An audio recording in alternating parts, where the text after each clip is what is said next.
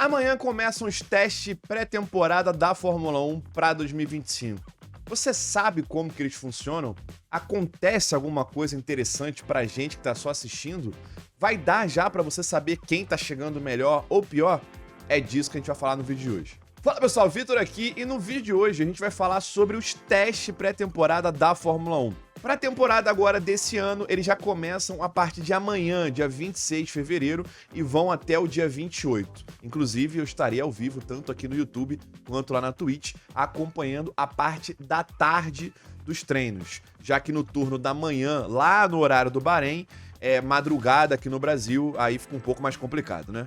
Assim como vai ser complicado se você não conferir o Carnatec Alura. Se o ano só começa depois do carnaval, então você pode aproveitar o feriadão para desfilar no bloquinho de quem quer já começar 2025 colocando a carreira num nível acima. E a Alura vai te ajudar nisso com 15% de desconto na matrícula. Na Alura, só com uma matrícula você já tem acesso a todos os cursos do site e ainda ganha certificado no final.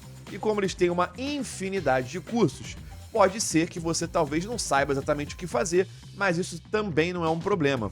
A Lure, a IA da Alura, vai ajudar você a escolher o curso que mais combina com a carreira que você quer seguir. Além disso, eles também têm o Tech Guide, um guia completo que vai mostrar para você quais são as principais tecnologias que o mercado pede atualmente em cada área. Ah, e quando o feriadão acabar, fica tranquilo que na Alura você pode estudar quando e onde você quiser. Então você com certeza vai conseguir adaptar os seus estudos depois que você voltar à rotina.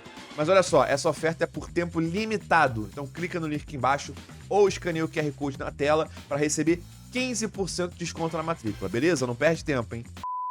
Tá, mas vamos lá. Para você que de repente é novo nesse mundo da Fórmula 1, o que são os treinos da pré-temporada?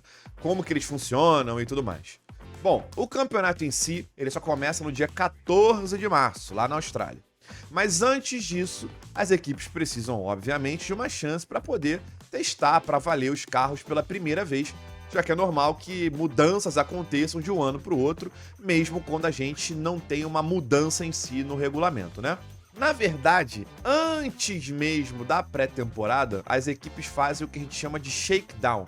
Nada mais é do que um pequeno teste para ver se o novo carro está funcionando e não existe nenhuma falha muito grave para ser resolvida. É só para ver se o bichinho está vivo e respirando, basicamente, né? Mas como esse teste shakedown é bem limitado pelo regulamento, as equipes usam os testes de pré-temporada para que todas elas juntas consigam ter bem mais tempo para testar o carro de verdade e ver se está tudo realmente em ordem e se os números lá dos projetos nos computadores estão batendo com os números da vida real. Ano que vem, em 2026, por conta do novo regulamento, as regras da pré-temporada vão ser um pouco diferentes e as equipes vão ter bem mais tempo de teste, já que muita coisa vai mudar. Mas, por enquanto, ainda aqui em 2025, a coisa funciona da seguinte maneira. Vão ser 3 dias, 26, 27 e 28, como eu já falei, com 2 sessões de 4 horas em cada dia. Uma na parte da manhã e outra na parte da tarde, mas esse é o horário de manhã e de tarde, lá no horário do Bahrein. Aqui no horário do Brasil, a primeira sessão começa às 4 da manhã e vai até às 8. Depois tem uma pausa de 1 horinha e a segunda sessão começa aqui a partir das 9 da manhã até 1 da tarde. As equipes elas só podem usar um carro, ou seja, a dupla de pilotos vai ter que revezar esse carro ao longo das sessões, ao longo dos 3 dias. O mais comum é que cada piloto ande em pelo menos uma das 2 sessões de 4 horas, né, de cada dia. Mas às vezes algumas equipes preferem que o mesmo piloto ande nas 2 sessões no mesmo dia, enquanto o outro fica de folga, digamos assim, né? Mas aí depois esse outro piloto vai andar as 2 sessões num outro dia e os dois vão dividir o carro em apenas um dos dias, né? Uma das vantagens dessa abordagem é que é menos trabalho para os mecânicos, por exemplo, ter que ficar trocando assento e fazendo outros preparativos para a troca de pilotos todos os dias, porque eles fazem isso uma vez só. Sem falar também do lado dos engenheiros, com a questão de feedback do carro, né? Porque eles têm tudo do mesmo piloto no mesmo dia, tanto na parte da manhã quanto na parte da tarde. Mas aí vai da preferência de cada equipe, né? Ah, inclusive, uma informação rápida pra você. Antigamente, os testes de pré-temporada eram feitos lá na pista da Catalunha, lá em Barcelona. Uma pista que, apesar de ser chata pra gente que assiste, é uma pista bem balanceada e que permitia as equipes fazerem vários testes com curvas de alta velocidade, baixa velocidade, reta mais longa, reta mais curta. Só que desde 2021, esses testes mudaram pro Bahrein e acabaram ficando por lá, até também por uma questão de logística, né? Porque a pista também estava abrindo o calendário durante esses anos, e agora em 2025, mesmo o campeonato começando na Austrália, o caminho fica mais perto saindo do Bahrein do que lá da Europa, né? Ah, Lud, então eu entro lá, vejo quem tá mais rápido, é isso, valeu, falou. Não. Esse é justamente o primeiro e mais comum erro que a maioria comete quando decide acompanhar os testes pela primeira vez. Isso porque justamente são testes de pré-temporada. As equipes podem estar testando literalmente qualquer coisa. Uma mudança aerodinâmica, uma mudança mecânica, as duas coisas. Pode estar rolando um teste de volta rápida ou um teste de corrida. E ainda no meio disso tudo tem muitas variáveis envolvidas também com o acerto do carro. Combustível, pneu, se uma peça está funcionando bem ou não, ou várias delas. Temperatura da pista, nível da borracha na pista, enfim. E isso tudo afeta muito os tempos de volta. Então, não fica muito preso só em tempo de volta, não. Ué, Lud, então eu que tô só lá assistindo, não vai ter nada de interessante pra mim, então. Eu vou ficar lá só vendo os carrinhos passando pra lá e pra cá, é isso? Também não é bem assim. Existem sinais, digamos assim, que as equipes vão dando aqui e ali ao longo de todos os testes e todos os dias, que se você for juntando essas pecinhas de quebra-cabeça, você começa a ter uma noção ali por alto de quem parece estar melhor ou pior. Por exemplo, uma das primeiras coisas que eu particularmente já fico de olho e costuma servir como um baita indicativo é: a equipe tá atrasada para terminar o carro? Parece ridícula essa pergunta, eu sei, mas é algo que às vezes acontece. Alguma equipe pode terminar o projeto do carro para valer muito em cima dos testes começarem, ou às vezes até perde algum dia de teste. Já aconteceu isso com a Williams no passado recente, por exemplo. É um sinal já gritante de que as coisas não parecem estar muito legais.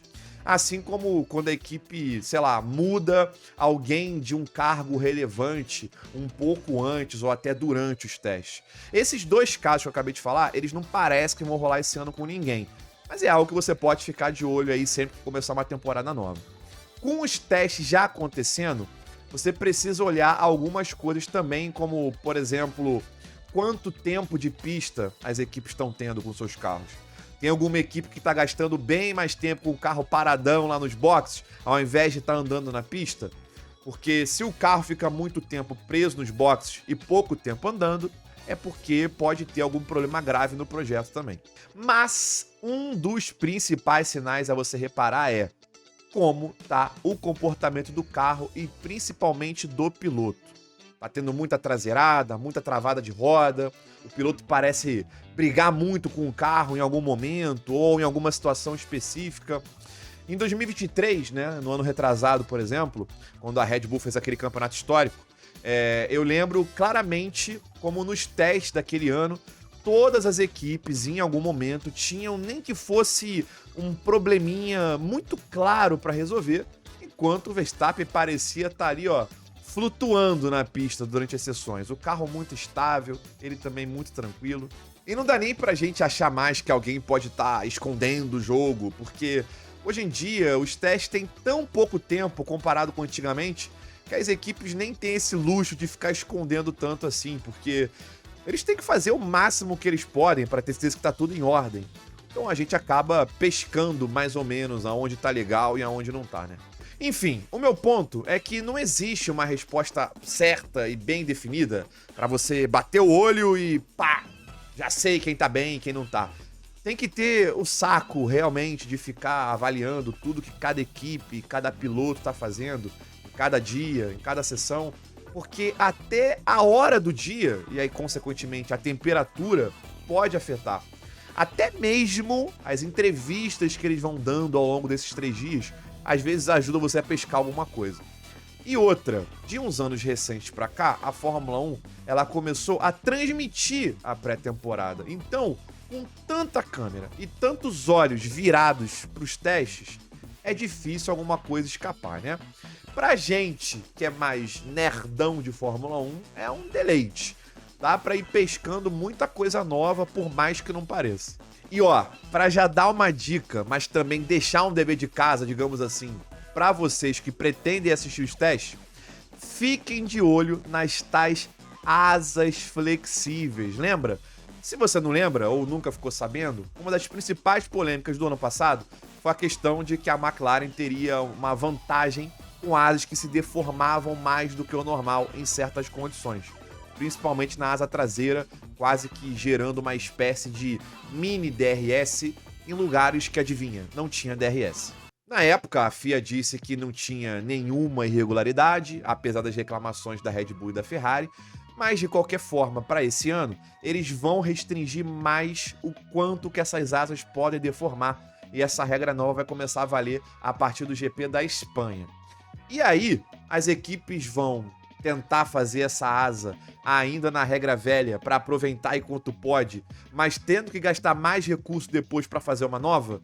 Ou elas já vão partir pro tipo novo que não entorta tanto de agora, mas podendo de repente perder um pouco de performance nesse início? Então, fica de olho bem aberto nas câmeras e nos replays, porque lá no Bahrein a gente tem retas bem longas e freadas bem fortes que podem dar uma entregada se alguém de repente encontrou um novo caminho das pedras. E a própria transmissão da Fórmula 1, que não é boba nem nada, vai com certeza usar bastante essas câmeras das asas durante as transmissões, eu tenho certeza disso. Vai dar pra gente já ir comparando legal como cada carro de cada equipe se comporta nesse quesito. Talvez o que eu falei até aqui tenha sido muito óbvio pra vocês que já são mais ratos de Fórmula 1, mas eu acredito que pra galera mais nova tenha servido de alguma coisa, né? Se você tem alguma coisa que costuma reparar nos testes e eu não falei, deixa aqui nos comentários pra gente ver, beleza? E se você curtiu o vídeo, não esquece do like e de se inscrever aqui no canal se não for inscrito ainda, beleza?